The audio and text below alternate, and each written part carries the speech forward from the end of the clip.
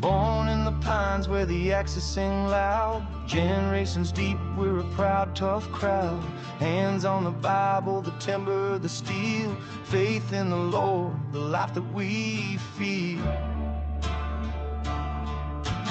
God, guns, and sawdust, it's in our veins. Through the sweat and the toil, through the joy and the pain, we stand on the roots of the trees we felled. Faith in the Maker, stories to tell. Hey, welcome back, y'all. God, guns, and sawdust. Tonight, our guest with us is Michael Bary from Southern Indiana. Now, Michael, he goes back generation, and his grandpa was an awesome guy. He's going to tell us about him. I met Michael, it was, about 10 years ago? Something like that? That'd be my guess. Yep. Richmond, Virginia at a logging show. That was the same day I met Wade Ancient. That's right. Logger Wade. He's a good guy, too. We've all been friends for, well, ever since then, pretty much. So, hey, why don't you tell us a little bit about yourself, Michael? But before we do, we're going to have Willie go ahead and start us off in a word of prayer. There you go. Dear Heavenly Father, thank you for bringing this group of people together here at this table today and keeping us all safe. Thank you for bringing us all here in good health, and we hope that these stories that are told around this table will serve purpose and serve some sort of guidance to somebody out there to help keep them safe or to help provide them the direction in which they need to travel. We thank you in your heavenly name. Amen. Amen.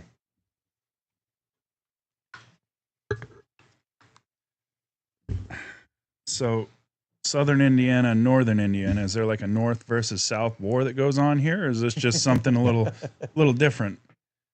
I mean, that's a war there, I wouldn't say. So there's no Hatfield McCoys or anything like that? No, you guys are good? No, more like a brotherhood. Yep. It really is a brotherhood. Well, like if I find something, for instance, my uncle, he gave me a call and said, hey, I need somebody to buy my timber. Well, where are you at? Well, I'm down, poor Southern Indiana. You know what I mean? Like, I only know one guy to call. That's Michael Bary. Come to find out, he was only 2 miles away. I'm like, what a small world. Yep. It was really close. Wow. So how far apart are you two distance-wise? 2 hours. Couple hours, yeah. Yep. Yeah, so that's not very far at all. I can travel 6 hours and still be in the state of Maine, so. Yep. Yeah, Southern Indiana to where I'm at. And you're pretty much right on the line. It's 2 hours. So are you logging conventionally? Or are you logging mechanically? How are you guys operating? We're kind of the old school. We still all hand fell. We do got a grapple skidder, run a knuckle boom. Probably small to medium size. There's only 3 of us. Yep. Now, how many generations worth of loggers are there in the family? Which generation are you? Well, technically the second. My grandpa was the first, but he started in like 1948. Yep. He served in World War II. When he got out of the war, he was kind of working at the powder plant where they was making ammunition and started logging too. And it got where he was doing too much, and at the powder plant they told him he needed to do one or the other, and he decided he wanted to take off logging. So well, there you go. So that covers God, guns, and sawdust right there in that one story. All 3 at one whack. Yeah, you can't beat that. That's Not pretty at good. So with your logging operation, are you guys cutting for a mill on the contract timber? Are you cutting private lots? How are you guys doing this? we're cutting 100% private. We find all of our timber ourselves, cut all of our own timber, and then we sell it to variation of different mills, log buyers, veneer buyers, whatever we're cutting. See, because I see guys like you that are cutting private, and then through some of my YouTube stuff and everything else, I find these other guys that they're contract cutters. They're cutting for mills. Well, here's the thing with that, and Michael, he'll agree with me too. When it comes to a contract cutter, unfortunately, when the landowner makes a deal with the guy out writing the contracts, when they write that deal with that big sawmill they just got $50,000 for, oh, wow, hey, look, I got a check right now for $50,000. That's great. But you will never, most likely never see that guy again The other guy that comes in, he's getting paid by the foot, contract cutter, just like what you said. The faster that logs hit that mill, the faster he gets paid. You don't care about your timber. You don't care about your land. He's getting it out so he can make money. Yep. I don't care if it's wet or not, dude. You don't understand. I got a payment, and this stuff's coming out hitting the landing because I'm the guy. And then you're calling the other guy, and it's going to voicemail. Where Michael and I, Mr. Clint, same thing. Low impact loggers. We come in, you make a contract with me. We make a contract with you. You sign a dotted line. Every day we're there, you answer to me. There's no other way. And that is what makes us different than the bigger operation. Because a lot of times, well, you don't understand, but we'll pay them the same amount of money. You know what I mean? Yeah, I know, but these guys right here are pretty big. Yeah, we get that a lot up in Maine, too. You get the bigger companies that come in. They'll wave that check in front of your face quick for the quick dollar and go. But if you deal with one of the smaller guys, like somebody sitting at the table here, we'll probably make you more money in the long run, but it's going to take us a little longer to do it. And the other thing with the contract cutter, I tried that. I did that for 8 or 9 months, not long after I'd been in the logging business probably 4 or 5 years and tried that. I lasted 8 or 9 months, and that was not my cup of tea. Right. It's a totally different I was working for a situation. pretty decent forester. I mean, pretty nice guy, but I wasn't working directly for a mill. But he's got to make his money too. So, you know, when you're not going to get top dollar as a contract cutter, so you have to move the footage. Yeah, there's no doubt. Yeah, you got the middleman involved when you're a contract cutter, so you're kind of picking up what's left over after everybody makes their negotiations. So yeah, and it's funny what we do. They call us, you know, over here. I mean, like we all cut private. Out west, you know, they call the guys like us a jippo logger. Really? Yeah. I don't know much about that. He called me a jippo. We'd be rolling around in the grass. Imagine. Never heard of that term. No, me neither. GYPO, jippo. Yep. Never heard Small, of that. free. I learned something basically today. A freelance logger. Freelance logger. Is that like a freelance photographer? Or? Yeah, it could be. Yeah, all right. Yeah. Okay. All right. We're learning stuff now. Hey. Yeah. You identify what you want to. Identify as whatever you want. I'll identify as the firewood guy. I don't want to be the logger. I'm all set with that. Oh man.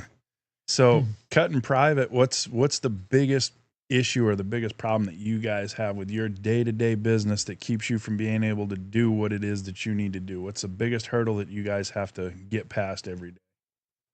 The big thing is just breakdowns and the changing cost of supplies and fuel and stuff like that. Other than that, we run pretty smooth.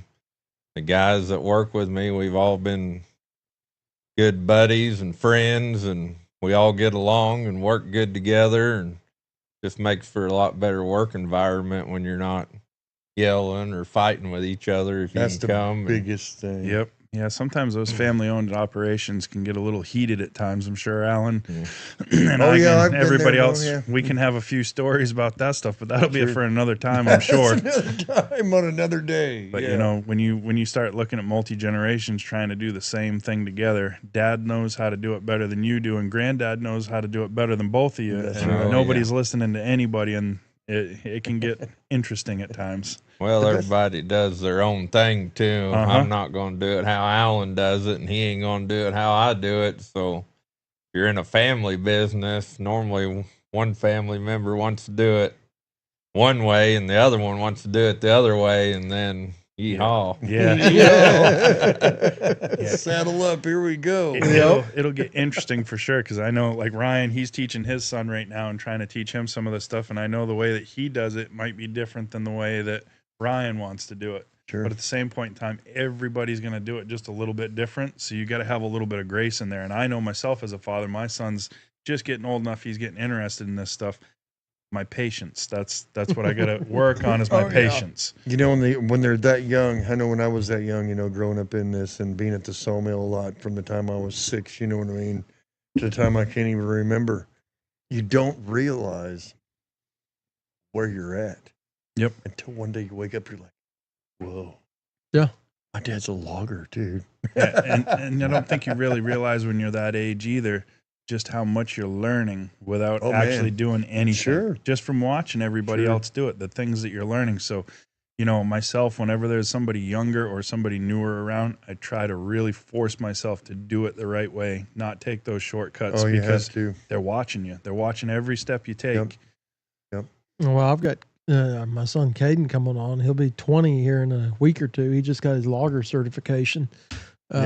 Big time congratulations. Yeah, hey, that's a big step. Yeah, that was back Big in step. April. In fact, I was up here with you last time. We made a video about that. Yeah, we did, right now out there you're at moving Cataract Falls. multi-generational now. Yeah, Watch we're out. moving multi-generational. There you go. So you're no longer a first-generation logger. Well, he would be. Yeah, I'm still the first. Yeah. So where are we going The with this? family business won't be, though. Oh, no, That'd be absolutely. 2 generations. Yeah. Yeah. That's And where I'm going with Our it. youngest, our soon-to-be 9-year-old, she sits there and gets out on the equipment, runs it around, and she doesn't go out in the logging woods with us, but Right. she'll work around a deck or something like that and move. That's where it starts. Yeah. We need the traco moved. She loves to move that traco around. My grandpa, when I was in the mill, we'd be 8 years old out there. He had a 940 Alice Chalmers 4-wheel drive, 840 4-wheel drive, a 545 Alice or John Deere, and it had the 2 levers on the side. And one was the roll back and dump, and the other one was up and down, 2 levers. So, them old guys, boy, they had her down pat. And my job was to go out there and just sit. And a guy by the name of Paul Delp, he went back in the back, he'd get the logs for the deck because I was too young to know the species. He'd bring it over and throw it on the forks. Then I'd put it on the main deck for my dad to heads on. That's what my job was all day. But, man, you want to talk about ready to get up and go to work. I couldn't wait. I got to run the loader today. Yeah, you're important. You had a job. Right, and no brakes. Forward and reverse. Yeah, brakes are only for stopping. Brakes are overrated. They overrated for a sawmill, that's for sure. It's kind of like getting on an old backhoe. How many times have you ever gotten on an old backhoe that the brakes actually work? Right, not very many. That's what the bucket's for. Bucket holds it down. Yep. Yeah, so, I mean, up on our screen over here, I think Sean's got a picture that might mean something to you a little bit up there, Mike. Yeah, that's about where it all got started. You can't hardly see it, but the guy standing by the red truck, that was my grandpa, and by his, I guess it'd be his right leg, you can kind of see some white. That would be me at probably 6 years old. Probably underfoot and in the way, but loving every minute of it. Yeah. Oh, there it is, that white spot. There Yeah. it is. Yep. We were going for our nightly ride. He let me drive. There you go. Times has changed a lot. Now you don't see little kids driving nothing. Well, when I was a little kid, I drove a log truck. There you go. That's just That's the way awesome. it was. And that probably had a 366 gas in it with a 5-speed, with Well, a 2-speed Big rear end. block. Those there were older ones, 350, and Oh, one okay. of them had a 292. Oh, boy. See, And my- actually, that blue one, it was bought brand new, and it had the 292 in it. now those And are then the best red one was bought used, and it had a 350. Man, I knew how to put a load on a truck back in. That's kind of where it all started. Man, DOT would have a field day with those loads nowadays. You see those that's logs no up kidding. over the stakes. Yeah, they're long, and for the truck, I mean, that people that has to drive a truck like that today, they'd cry or quit or My Yeah, first log truck was a 1980 GMC 7000 with a 453 with a turbo on it. Oh, yeah. Yeah. Hey, Slam we your really hand do- in the door and get mad and jump in and drive. And you That's can right. tell, do you know how to tell when a Detroit's out of oil? Stops leaking. That's absolutely correct. When do you check the oil on a Detroit? Every day. Yeah. You're right. Yep. Hey, big thanks to Sean. Sean's back there. He's our AV guy, man. He's the one that helped us put all this together. So when you see Yep. this stuff I mean- pop up on the screen and you see these pictures and when Oh, we yeah. bring something up and it pops up there or the sound effects that come, we don't have a sound effect board here and we're not No. that smart. We have a peanut gallery though. We do And have that a they've peanut informed gallery. us that we've been looking a little rigid. I can't speak for these two, but my back and neck have been really stiff here lately. Well, I really enjoy this uncomfortable seat that I sit in, but I enjoy the company around it. So Right. I guess I can be a little Right. more chipper for the company Hey, that's hey. around the table. Hey, I guess it is a big Indiana boom, baby. Right? So, yeah, this is a lot of fun. I mean, where else, as loggers, all of us are, we go somewhere, a party or whatever, or the logger at the back of the crowd. Because everyone we look at just start talking about what do you do, sir, for a living? Well, I'm a logger. I cut trees. And then we start talking and you're like, they have no clue where you're even coming from. Or They you don't feel even know left where- out because nobody wants to talk about chainsaws or skidders or And timber what else or is there to talk about? firewood. I don't want to talk about firewood and Right. start talking to them. And they look at you like you got three heads and like, yeah, I got to go. It's Yeah. like, hey, but all right. It's always like you're like sitting in the swing by yourself and no one's Yeah, it's that around. meme where you say, all I want is somebody to talk about timber to or whatever. That's it. There's nobody there. Carrie and I were on an Alaskan cruise several years ago, and we were in the hot tub, and some of the people started asking us, other people on the cruise are like, well, what do y'all do? And I was like, well, I'm a logger. By God, that cleared the tub out pretty quick. They found somewhere else to go. I was like, well, I'll bring that up in the future. We'll have My this tub goodness. ourselves. They must have loved them spotted owls or something. Most time when I tell people that, they're like, "What's that?" Right.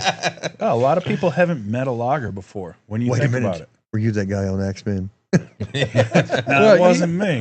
You figure so on that we haven't met a logger, or people haven't met a logger before. You take farmers. Farmers, like I farm and I log. Now I'm multi-generation in farming.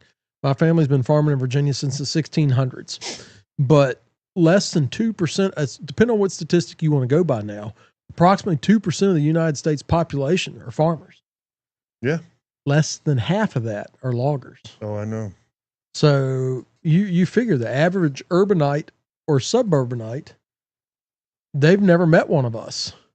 No, is but why they we all need use to- toilet paper every day. Right? They do, don't they? They like the non-scratchy version. Right. That soft quilted stuff. Yeah, that's Yeah. good stuff. Isn't that what they always say, though? If you object to logging, try using plastic toilet Yeah. paper. Or a that spotted pine owl. cone. Hey, Corn did you, cob, yeah, exactly. pine cone. Yeah. Yeah. I mean, we serve a purpose. And I mean, I think for me being a firewood guy, I'm kind of bottom of the totem pole. You guys are going out, you're getting your grade logs out of there, you're cutting your veneer, you're cutting the timber. I get what's left over. So when they This look is- at me, I'm even further down on the bottom. Now, wait a minute. This is where I feel that loggers are wrong. There's a purpose for everyone in this industry. Yeah, Yep. we're using that byproduct that's left over from what you guys have to get Because rid of you, because of you. So I'm going to tell where the firewood guys are very handy to a logger. And if you have a problem with this, I'm sorry about your luck. You're really not even close. But, okay, so we got the veneer. We've got the Saw lumber, logs. the saw logs. So, Clint, we did this job, and it comes down to the wire. But it's a clear job. So we have all these little pole hickories, hard maple. I'm talking perfect firewood side, but it's not big enough for a tie log, not big enough for a cant or anything like that. It's like, what are we going to do? I was like, hold on a minute. It just so happened that the preacher at church, one of the other guys, John Welch up in Indianapolis, he buys firewood poles, $1,500 a load. Dude, he saved the day. Yep. So the firewood guy saved the logger from losing a little bit of money on a job because we found some place to put it. You Yeah. get what I'm saying? You So didn't have to anybody leave that that waste says- in the woods. Right. Anybody that says the professional, quote, professional firewood guy. I'm not talking about some rinky dink that don't know what he's doing and cuts firewood every week, once a year. You know that steel chainsaw lasts 25 years, but you only cut 2 rick a year. Not one of them guys. I'm talking about a firewood guy Right. like Russ. Yep. So they do help out and loggers that don't think a firewood guy's worth much. And I know for me, it's Neither taken are me a they. lot of years to build a relationship with just a couple of loggers to make sure that we get that steady supply. There because it is. what we use for volume isn't what a mill will use for volume. We don't have a lot of mills around up in Maine where I am anymore. So if I go and buy from every Tom, Dick, and Harry that calls and says, hey, I got a load of firewood, you want to buy it? When my regular supplier calls and says, hey, I got 3 loads coming off this job this week, you want it? I can't say, oh, well, I really don't have the money because I bought logs from this other guy that I don't Right. know who he is. So I get people that get mad at me. You know, you get some of these loggers, they want to move out of a job. They got a couple loads left over. They call, hey, I hear you sell firewood. You want to buy this? I'd love to, but I'm going to pass. And you're cutting about 1,000 cords a year. Yeah, and I'm small. I mean, there's guys within 5-10 miles of me that are doing a couple thousand cord a year. 1,000 Easy. quarter years, no Michael, joke. do you fool with firewood at all? Yeah, we do a little bit I'm because sorry. that's all right. We don't have any big firewood places close in our area, so a lot of the loggers will either sell it for pole wood or cut it themselves. So sometimes we probably run, I don't know, 50 to 60 cord a year, and that's all we do. Just when we're rained out or don't have nothing else to do, it's just something to do. Yep. Basically. Yeah, I wish I could get rained out and not have to do firewood, but I usually end up doing it in the rain too. Yeah. Well, it always does. It was like we were talking about, here a while back about that podcast we had where you had to fill in the gap. With Yeah, something you can't else. do just one thing. And I I mean, called Mikey this weekend, or no, it was this fall or winter. I said, "Hey man, what are you doing?" "I'm plowing snow, man." "What?" yeah, "Dude, hey, big money in plowing snow right now. I got a skid steer, and that's what we're doing." So we're not. He's filling in the gap. Yep. That's what he's doing. You can almost make more money than that than go try to take a skidder and go up a hill with snow on it, and you ain't got your chains on yet. So by the time you put on your chains, you get everything ready. Now you got a whole day into it, and you've already made $8,000 plowing snow. It's a no-brainer, right? Yeah, and the big deal was this winter we was in real steep ground, so we was pretty well dead in the water. The skidder Dead. kept sliding everywhere, and we just Do thought you, it'd be better to let it melt, whatever, before we wrecked something, basically. do you have a hard time finding winter ground down there where you're at? Not really. We normally try to either do clear cuts or there's a county next to us. They got a lot of red clay, and the ground's real good, and it'll hold the equipment up pretty good in wet Yep. condition. That's another thing. The logger in his territory knows his ground. oh yeah, To where you can start a job over here, and if you got another piece of equipment, you can have one. This one over here is sandy when it's wet, and this one over here is pretty well good whenever it's dry. So you got both places to work. Man, Yeah. that comes in handy. too. Oh, yeah. like up in Maine where we are, we have winter breakup. So you've always got a dry, high ground, rocky soil for springtime, so that when the ground's soft and muddy and you can't be in the lowlands, you can be up playing billy goat and Yep. running over rocks and doing what you got to do, but it'll keep you working. Darn right. Yeah. I know my buddy Thomas Steinwald. He will go like New Albany South, man, hills, Yeah. rocks, just like you're talking about. You find them, and we could put a skidder on one of them. Let's go.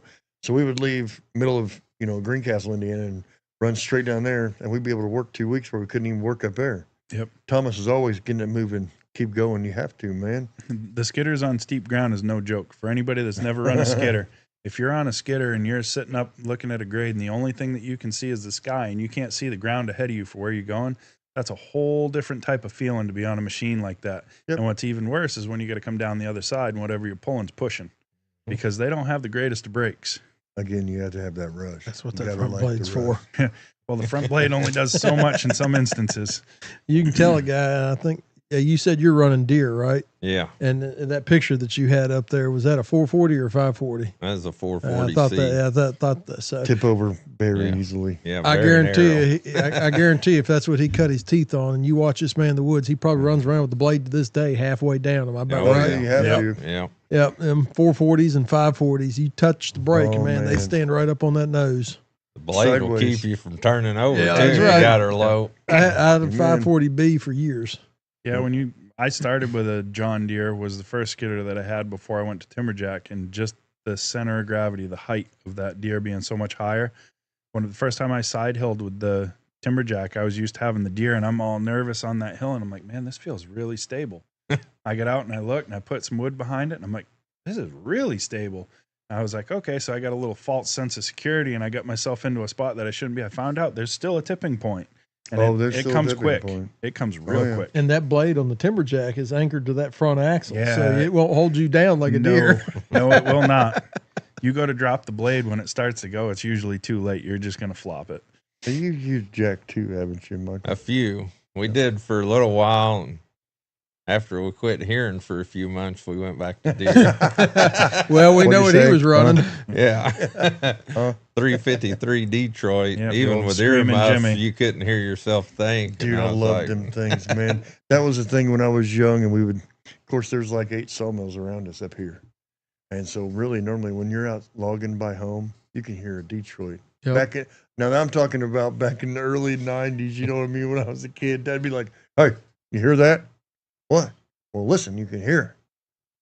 We can hear that. Yep. Yeah. He goes, that right there's that 353. I guarantee it. That's 450. Yep, 453. It's got to be, man. Yeah, you can tell a difference in what it is for an engine just by listening to Dude. it. And you can tell, if you've done this long enough, you can tell whether he's pulling, whether Oh, he's yep. winching in or Sure. he's pulling a grade. You can tell by the way she's talking. Yep. 4 Yeah. speeds, baby. Oh my goodness. Yeah. So what are you running now? It's a 94 548E. Oh, 548. Yeah.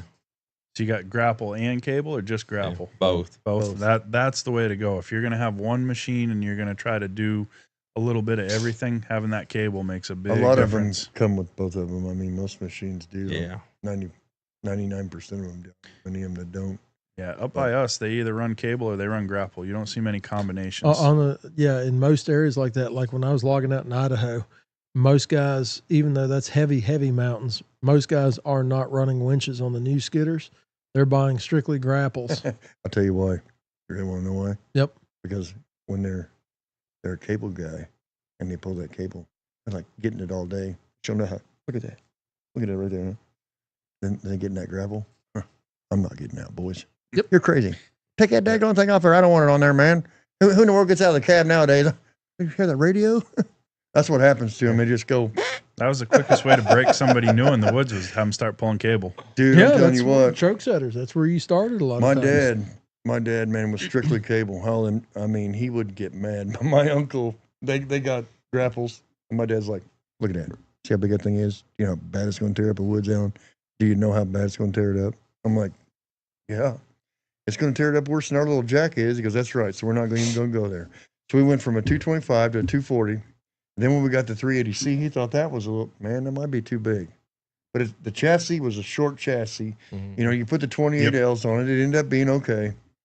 But the 460s and everything else, now he's got the biggest and the baddest. You know what I mean? Times change. It's not like yeah. it was back then. Everybody has to go up. The markets are different now. It is. You could do a lot better with a small cable machine back there. You couldn't make it with a small cable machine now. If you're going to do it, it's going to be a struggle. This is the way we figured it out, and you might agree with me too. Here in Indiana, everybody on the crew has got to produce one load. Yeah, that's If always there's three been the rule. people on the crew, you got to make 3 loads that day. If you don't, you lose money. Yep. 2 people, 2 loads. 1 person, 1 load. I know my cousin, I'm not going to mention any names, but he passed away when he was 61. Cut in the woods his whole life by himself. Cut some of the most beautifulest timber. Was one of the most honest guys around his area.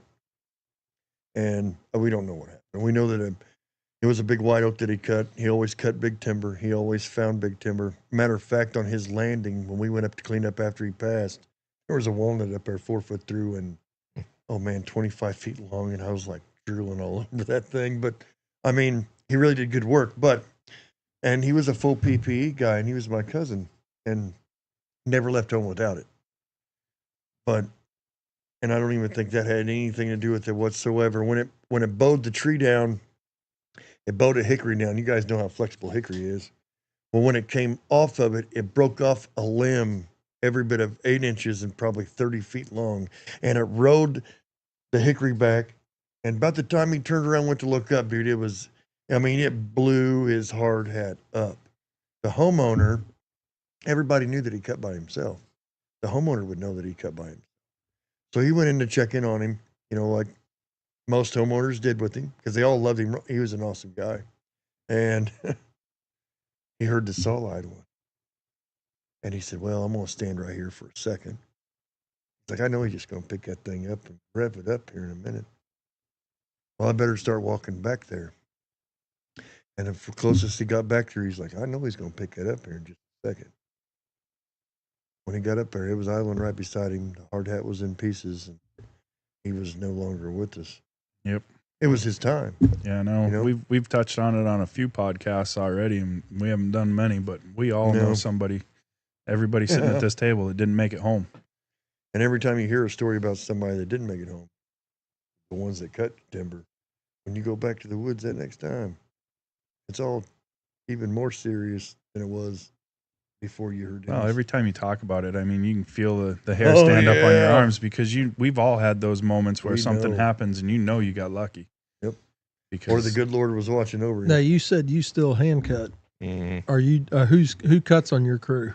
Another guy that worked for us. But now the real question is what does he use for a saw?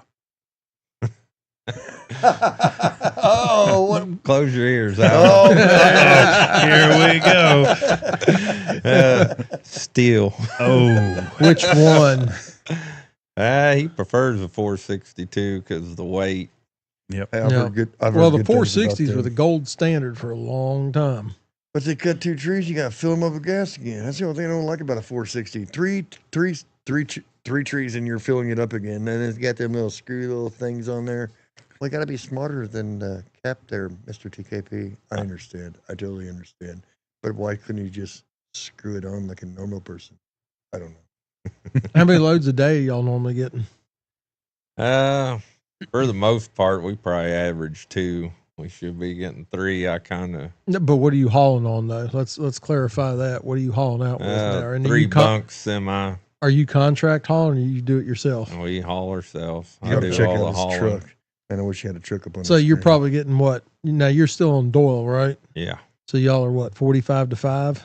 Yeah, I'd say we push 5 most of the time. Push 5,000 feet on there? Every load you sneak in, a little extra money pays for those overweight fines. Yeah. If we're going off footage, I'd say we're probably doing 10, 12,000 feet a day. That's Yep. a really good average for any timber cutter. Yeah, Hey, so- looky here. He's got a picture of the. Oh, look at Oh, what he yeah. Oh, found. he found you, man.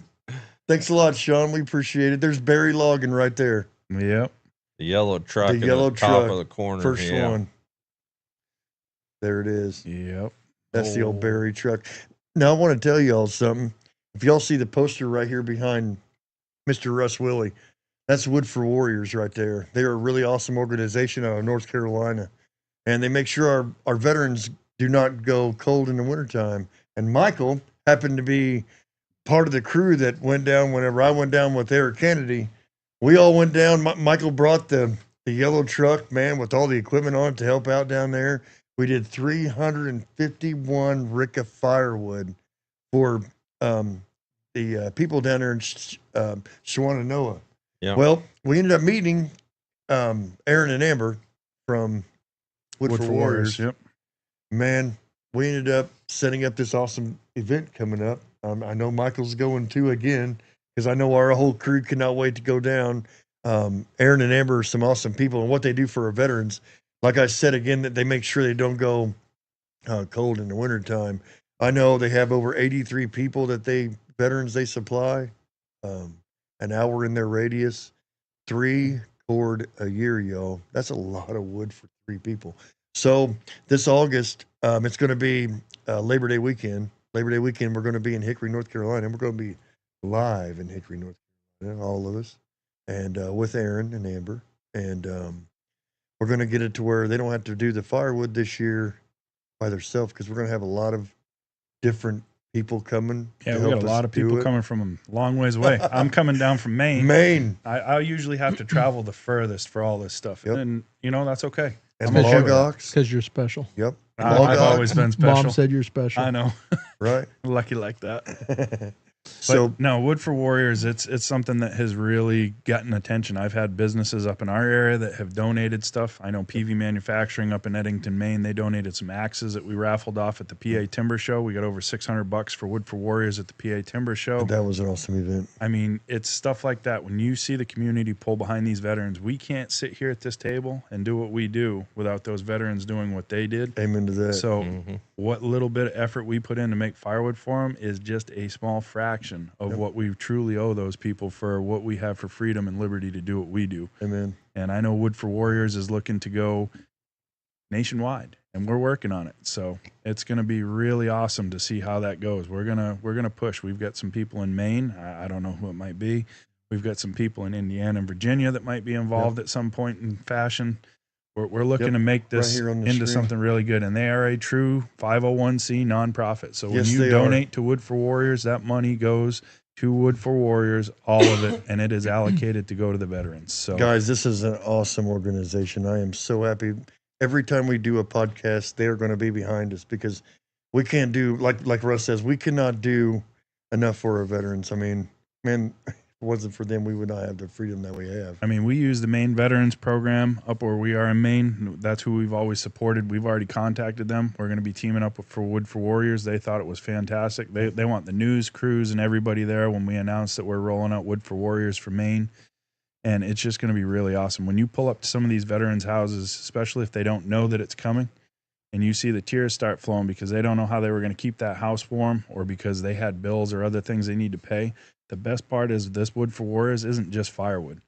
And I know it's the same with the Maine Veterans Program. If we roll up to a house and we see somebody that we know shut in because their car's not running, because it needs tires, or because it's broke down, I've seen vehicles donated through the Maine Veterans Project. I've seen porches and ramps put in for people that have wheelchairs, roofs put on houses. We'll do whatever we can when we're there because it's our job to help these people. And this right here is what America needs to hear, honestly, because, again, without our veterans, without the people that help our veterans, you know, I mean, they risk their life to. That's the Woodhound community, though. Yep.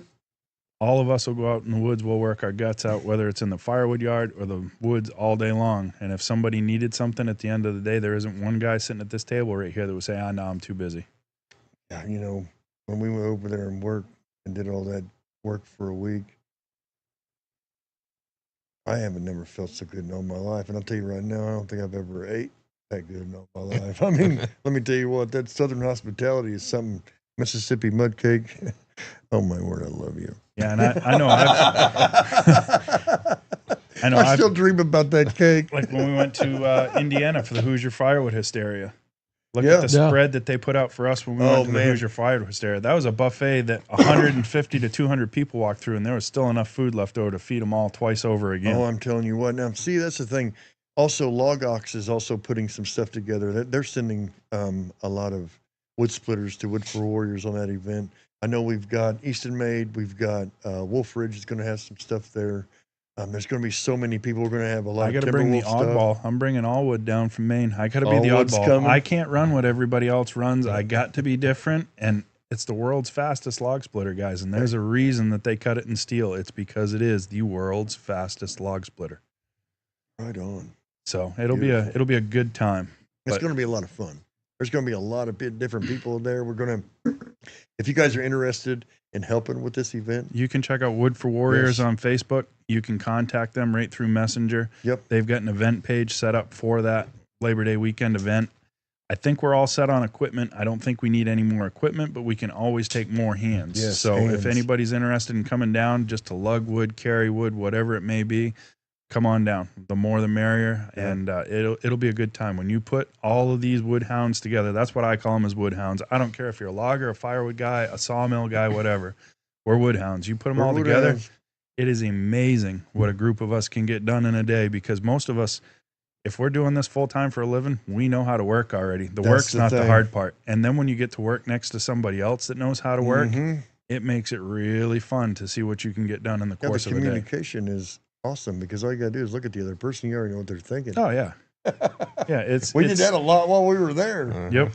A lot. Yeah. I talk about that all the time. You know, working with Kevin, I've worked with Kevin so long in the firewood yard. I don't have to say a word. We can go all day long without talking to each other. All I got to do is just nod or look or point, and we know what needs to be done. I think that's the best thing to ever have right there. Once you have them people, it's good to have them people. Yep. All of us that's on the business knows when that person, when you're hurting, and then you see your employee hurting, man, you know they're dedicated. Oh, there's been times that I've thrown my back out or whatever, and Kevin's 110 pounds soaking wet. He is not my size, okay? And he's like, hey, what else can I do for you? Right. And I'm like, what do you mean, what else can you do for me? You're already doing I can do more. I can help. What do you need?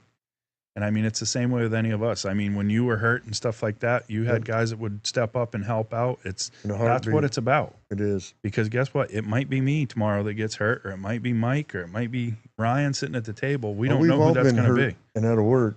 Oh, yeah. Right, Michael? Last year. Yeah. My crew was so good, I was out for probably 6 weeks sitting on the couch because a log decided they wanted to ride on my knee. Dude. And my crew, they kept working. When I come back to work, they had like 300 to 400 trees pre-drug, ready to be worked up, processed. And then we still had like 10 to 20 semi-loads on the job I got hurt on. We had to go in and haul out. And then on the next job they'd done moved to, they had 300 trees ready to rock. So you run the boom? Gone. Yeah. What do you boom, cut? Truck, dozer. I do cut some, not all the time. It just depends. Like timber cutter gets hurt, whatever, and then we keep going. We can't work. So are you the owner operator?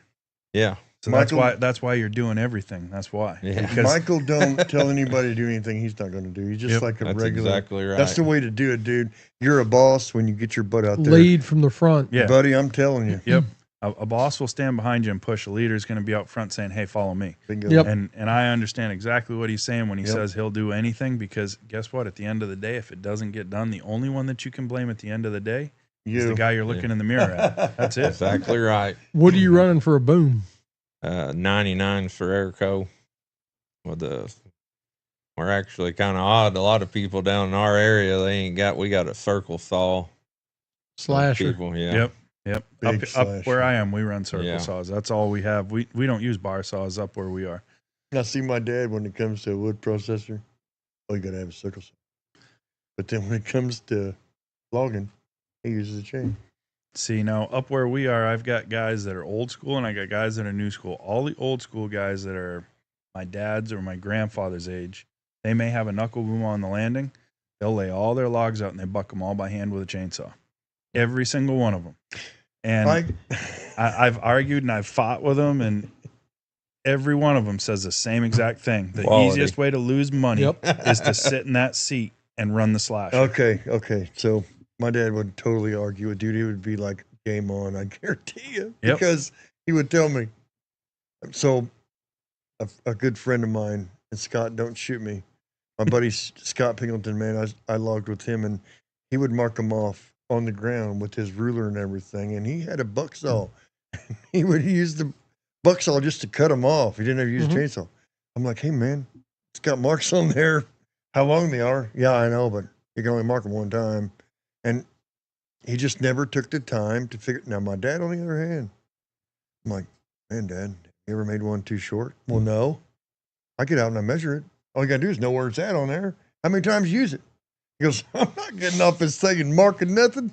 It's all about time and getting out of the job, ain't it? Yep. One of the biggest logging contractors up by us that produces the most hardwood in my area. He's old school. He's in his 60s. His boys run the mechanical crew out in the woods. He does all of the landing work. So when they bring the wood out, he's processing everything.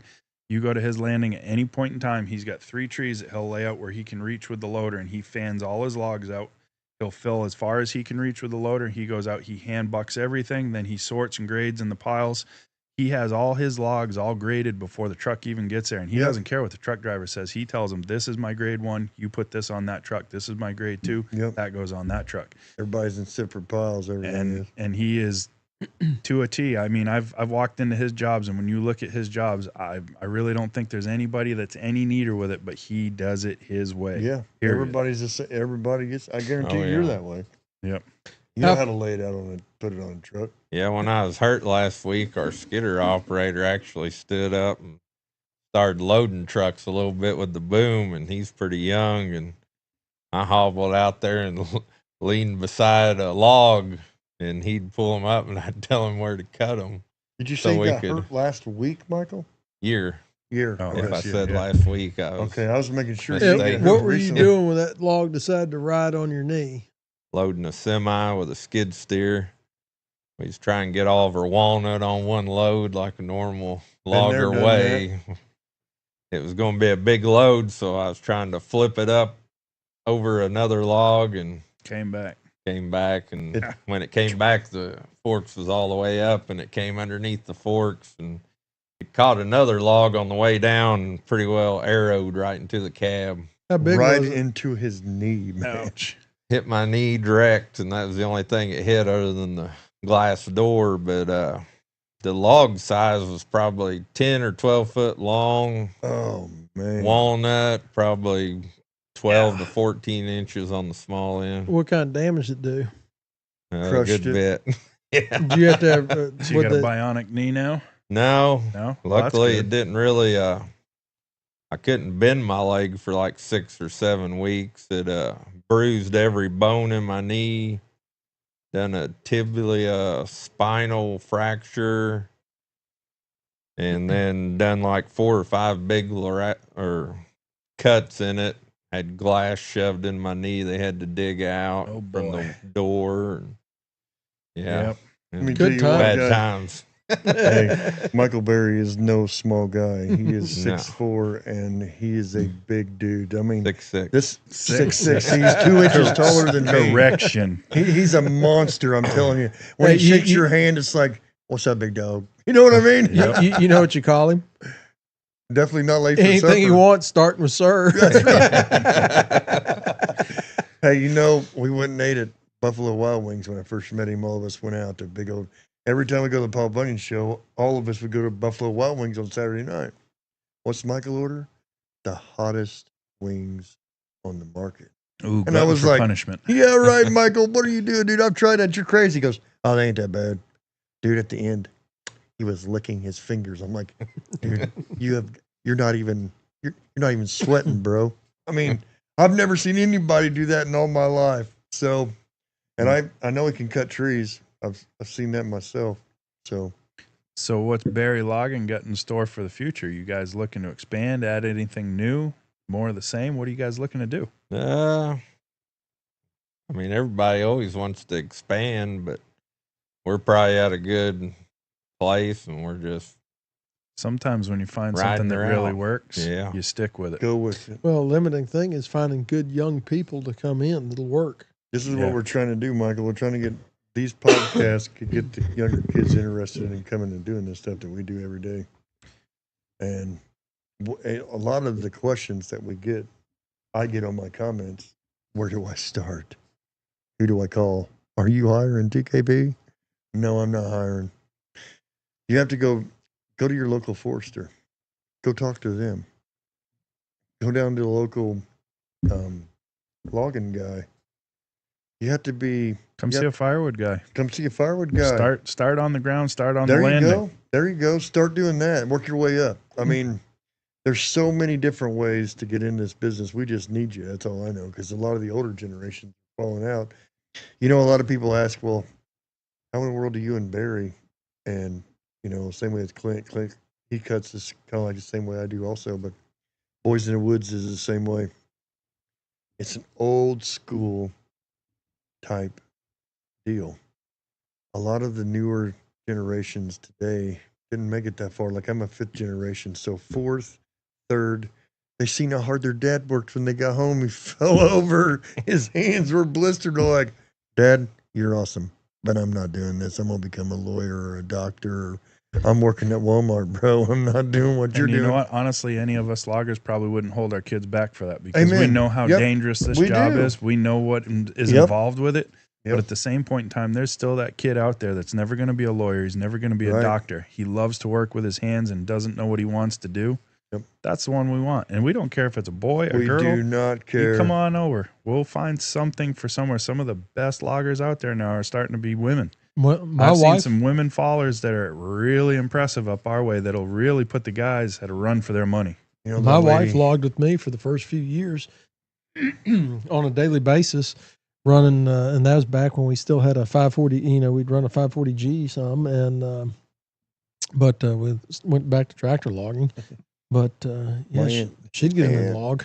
She my pulled her Aunt own Sandy. cables, set her own turns, and Yep. she'd go into hollers and holes and mountainsides that I've seen guys back down from. Sometimes they make better operators, and I've learned that from my previous experience. You know, I ran a commercial bakery. Some of the best operators for the high-speed equipment that I had were women. Yep. They had a better depth perception and better hand-eye control than a man had. And it was giving them the opportunity and showing them that they could do it. But if you told them, this is what I need you to do, once you showed them, they were got off it to the done. races. They'd make the guys look bad. And it was a game for them, too, because they knew that was a yeah. guy's job. And now all of a sudden they're sitting in the seat of that machine. They're saying, hey, Mike, you only got 12 last week. I got 14 today. How'd you do? You know, Mike, how old are you now? I'm 41. Would you do this again? Probably because grew up. If I grew up in the same background I have, I would, because it's all I knew. So what would you what would you do? What would your recommendation be for somebody young wanting to get into this? Get out there and find somebody wanting you. I 'Cause you don't ain't- think there's too many logging contractors around that if you went and saw them and you were really serious and you wanted to work, you had your head on clean, didn't have any substance abuse issues Right. or anything like that. That's the biggest problem nowadays is Oh, the man. substance abuse issues. It is. because they know most of the loggers, some of these loggers will pay cash for a day's labor or whatever. So we get all the bad habits. I get it big time with the firewood stuff. Yep. We need real young people, not ones looking to go get drunk on Sunday and not show up on You Monday. can't have those issues and last long in the woods. It's going to end bad. Oh, my goodness. It'll end bad. We're not going to put up with it. Nobody will put up with that no more. If you come in, you're going to know within 3 or 4 hours if you know what you're talking about. You know, I'm not going to mention no names, but you get so many guys on the internet that want to come help you. Hey, man, dude, I'm good, man. You know, yeah, I run a skidder, man. I run this chainsaw. And let me tell you what, I went and got me a professional chainsaw from Lowe's. Oh, dude, you done told me a bad name. He said all you needed to say. Come on. And when they say that, I'm like, oh, boy. Well, but you just got to really, to respond to that, our skidder operator's 18 years old. So, there you go. I mean, if you got the wheel. There it is. You said he was already stepping up and trying to do more while you were hurt. Did he come from a logging background? Nope. There we so go. where'd you find him, or did he find you? How'd that happen? Well, both. His dad's a good friend of ours, and his dad's an operator engineer, so he's an operator, and he wanted to get him going to operating equipment. So he's like, you need to go work with him, and he come on over. And how long's he been with you now? Couple years, actually. He started really young. He was homeschooled, but he started in the Firewood. Yep. Nope. You hear that, homeschoolers? Do you hear that? That's where I had to start, was the Firewood pile before I was ever allowed out in the woods. You didn't progress past it seems. I went back to it. Sometimes when you get really good, who's a big boy? And we've talked about that in a podcast from before. But, you know, my wife is she was a driving force in keeping me in Firewood, and we've discussed that before. But you know, she was always after me to find something that you're good at and stick to it. Because I'm just like any other ADHD guy. I can make $1 here, I can make $1 there, I can make $1 here, and then all of a sudden I'm out of time in the week, and I've still got all these other things that need to be done. So now I'm stressed out. How am I going to get it all done? And she was always after me. Find one thing that you really like and do it better than everybody else. And I was like, no, all right. So that was what got me back into Firewood. I know if I put my head down, I can produce more firewood than just about anybody in my area in a day. And I'll do it just to prove a point, because I'm that type of person. I mean, we're going to be hand splitting wood with TKP in October. I hope you're exercising, because it's coming, big boy. Hey, push-ups don't split firewood, cupcake. You said cupcake. So no, it's one of those deals where logging is something that's in your blood. Once you get out there and once you do it, if you're away from it for any point in time, you miss it. I get sick. I don't know about you, dude, but I get sick, man. I just got to go cut something. Does your wife help in the business? No, not married, engaged, but Is she going to help in the business? I hope. So you've still got time, see? Yeah, we're always a guy short, a day late. Yeah, so. I don't think anybody really understands how much a good wife helps a logger or somebody that works in the woods like us. The things that they do for us to keep us going, keep us focused and motivated, it's a big taxing toll on them just as much as it is on us. So having a good woman is amazing. My mom, I know she grew, whenever my dad was doing this logging all of his life, she was the parts. When she was at home, my dad, hey, call on the phone. Where you at? What you doing? You run over to Indy and give me this part real quick so we ain't got to leave. We can still get something done. And, what do you need? Just send it to me, whatever you need. Send me a text message. Before, she would come to the woods. Dad would write it all down for her. Call ahead. We'd go to town, you know what I mean? You'd find a phone, call ahead, tell them what we needed, and we'd go back to the woods. He'd just cut till Mom come back. And women have a big part in logging. No kidding.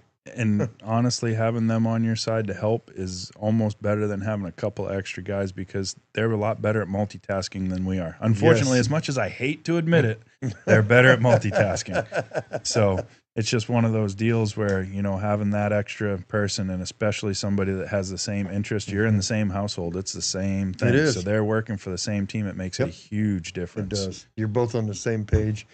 And you live together, so you both know where you're coming from. Yeah, and if you're sleeping with the bookkeeper, she knows what's going on. Oh, so you're not hiding anything. You're not hiding anything. Oh man. But no, we appreciate you stopping by. I do want no you problem. to us. Yeah, I do want you to talk to us about, and here for just a couple more minutes about your grandpa and what he did in your community. Well, I don't know what he did for the community, but he was always the rock in our family. He was a good, honest man, and if anybody ever needed nothing with our family, I can think of cars bought and houses bought. He took care of his family, and he worked every day and didn't complain. He actually retired probably in 1990 or 92. And then when I got out of high school, I decided he come out of retirement, and me and him worked together for 13 years and kept on. See, that's That's right the same way it happened with my stuff. My grandfather was retired when I started doing firewood again. He came out of retirement to help me, and he's still doing it. It's inspiration. As a saying, it sounds like you said the same exact thing that my grandfather was. And again, that's this whole logger community and the way it works. It's the same deal. You just described my grandfather, and you've never met him before. Right. 90 years old, went out and cut timber, didn't complain, And nobody could tell him no either because he was going to do it. No. Yep. No, That's the way to be. It's amazing how similar everything is, even though we're so far away, so far apart. Sure. Haven't met Mike before today, ever. Right. And he just described my grandfather to a T. Right. Grew up the same way. These are the men that made America. Yeah. They are. Absolutely, it is. So, that was a good podcast, Mike. Man, we really do appreciate you coming out and sharing your stuff. Thanks and the for way you inviting grew me. up. Yeah. Russ? I always say a little bit every day goes a long way, and help someone if you can. Sounds like you're helping your community, and you've had plenty of help along the way too. So we appreciate you stopping out to take some time and be with us, and can't wait to have you back again sometime if you're willing to. Right, Oh, Mike. yeah. Appreciate you, Michael. No problem. Thank you guys. That is a big Indiana boom, baby.